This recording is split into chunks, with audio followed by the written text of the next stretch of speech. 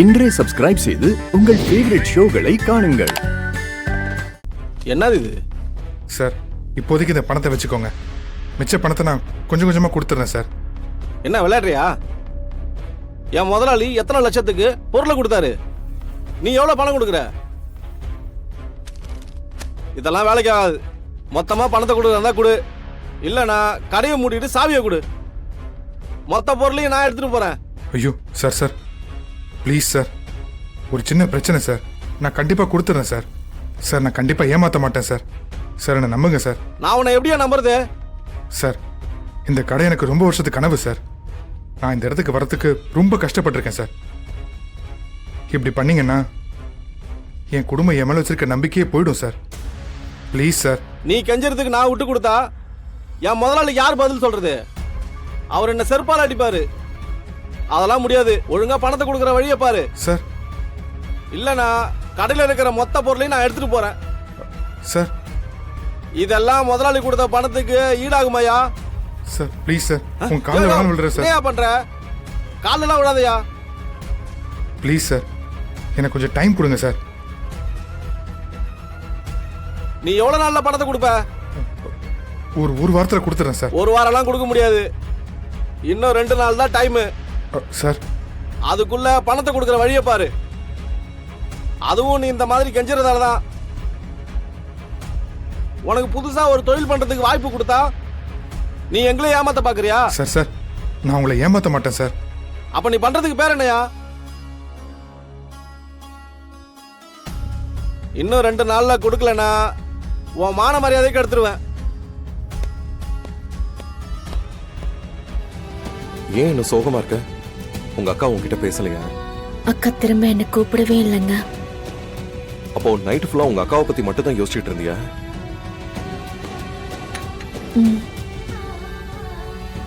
எனக்கு தெரியும் அஞ்சலி. Don't worry, உங்க அக்காவே உனக்கு கால் பண்ணுவாங்க.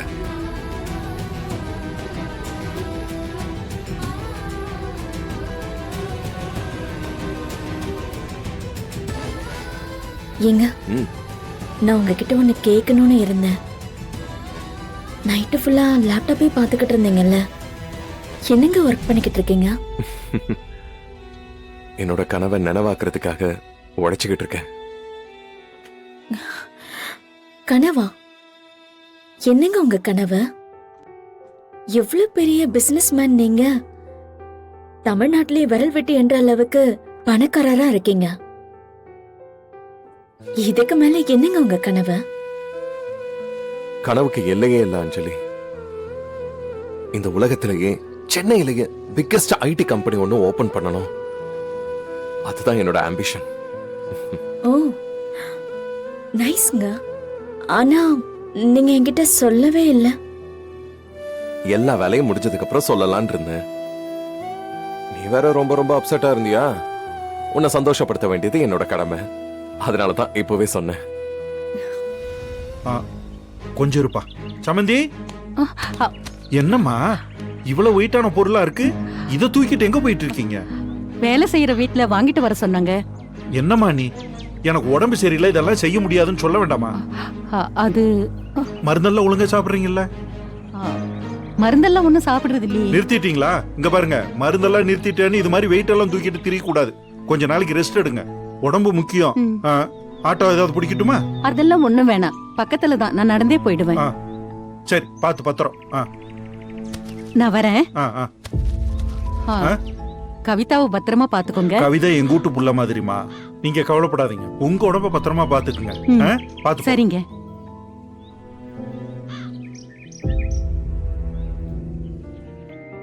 மாமா. என்னம்மா?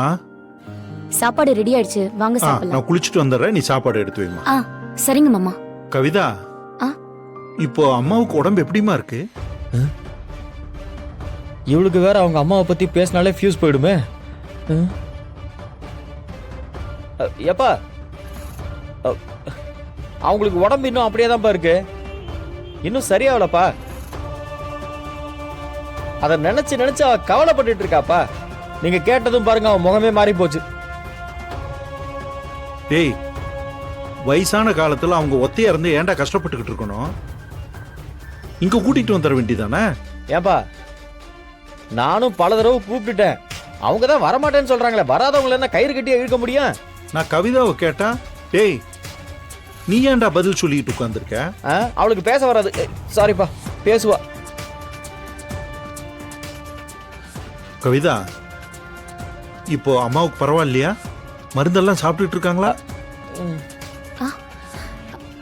ஆமா மாமா, இப்ப பரவாயில்ல. இன்னொரு தடவை நான் போய் பார்க்கணும். மாமா, நான் சாப்பாடு எடுத்து வைக்கிறேன், நீங்க வாங்க. ஏங்க என்ன இப்படி பொய் மேல பொய் சொல்ல வைக்கிறீங்க? ரொம்ப பயமா இருக்கு. எனக்கு எவ்வளவு கஷ்டமா இருக்கு தெரியுமா? என்னமோ புதுசா பொய் சொல்ற மாதிரி புலம்பிட்டு இருக்க. இல்ல, நான் தெரியாம தான் கேக்குறேன். இப்ப நீ பொய் சொல்றதுனால என்ன குடிமுழுகி போச்சு? மாமா என் மேல எவ்வளவு பாசமா இருக்காரு, என் அம்மா மேல எவ்வளவு அக்கறையா இருக்காரு. அவர்கிட்ட போய் என்ன பொய் சொல்ல சொல்றீங்களே, எனக்கு எவ்வளவு உறுத்தலா இருக்கு தெரியுமா? இங்க பாருங்க, நல்லவங்க கிட்ட பொய் சொன்னா அந்த பொய் உண்மையாயிடும்னு சொல்லுவாங்க. எங்க அம்மாக்கு ஏதாவது ஆயிடுமோன்னு ரொம்ப பயமா இருக்கு. இந்த சின்ன பொய்யே எனக்கு இவ்ளோ கஷ்டமா இருக்கே. நாளைக்கு நம்ம அந்த வீடு கட்டுற விஷயம் தெரிஞ்சா நான் என்ன பதில் சொல்லுவேன்? அப்படியா? சரி, நீ ஒன்றும் அவ்வளோலாம் கஷ்டப்பட வேண்டாம். எல்லாரும் ஹாலில் தான் இருக்காங்க. போய் எல்லாருக்கிட்டையும் சொல்லிடு. என்ன இப்போ இது வரைக்கும் நம்ம சில விஷயங்களை மறைச்சு வச்சோம்ல, அது எல்லாத்தையுமே சொல்லிடு. சொல்லிட்டு நீ நிம்மதியாயிரு. நான் இப்படியே உங்க எல்லாரையும் விட்டுட்டு எங்கேயாவது பரதேசம் போயிடுறேன். ஏங்க இப்படி எல்லாம் பேசுறீங்க? ஆமா, ஒரு பக்கம் பணம் தொலைஞ்சு போச்சுன்னு மன உளைச்சல்ல இருக்கேன். நீ என்னடான்னா வீடு கட்டுற விஷயத்த ஊரெல்லாம் தம்பட்டு அடிக்கணும்னு சொல்லிட்டு இருக்க.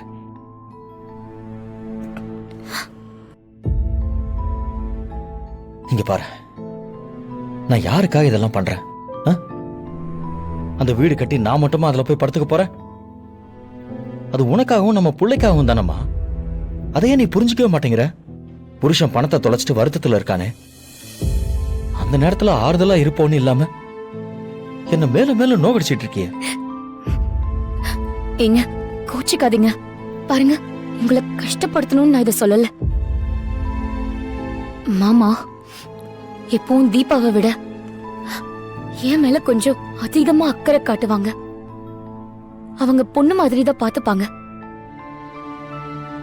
அவர்கிட்ட போய் பொய் சொல்றோமேன்னு எனக்கு ரொம்ப வருத்தமா இருக்கு.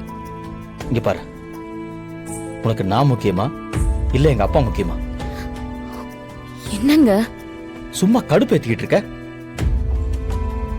நானே 1008 டென்ஷன்ல இருக்கேன். கொஞ்சம் கூட புரிஞ்சுக்காமையே பேசிக்கிட்டு இருக்கேன். இங்க பாரு, இனிமே இத பத்தி பேசின அப்புறம் நான் என்ன செய்வேன்னு எனக்கே தெரியாது. இங்க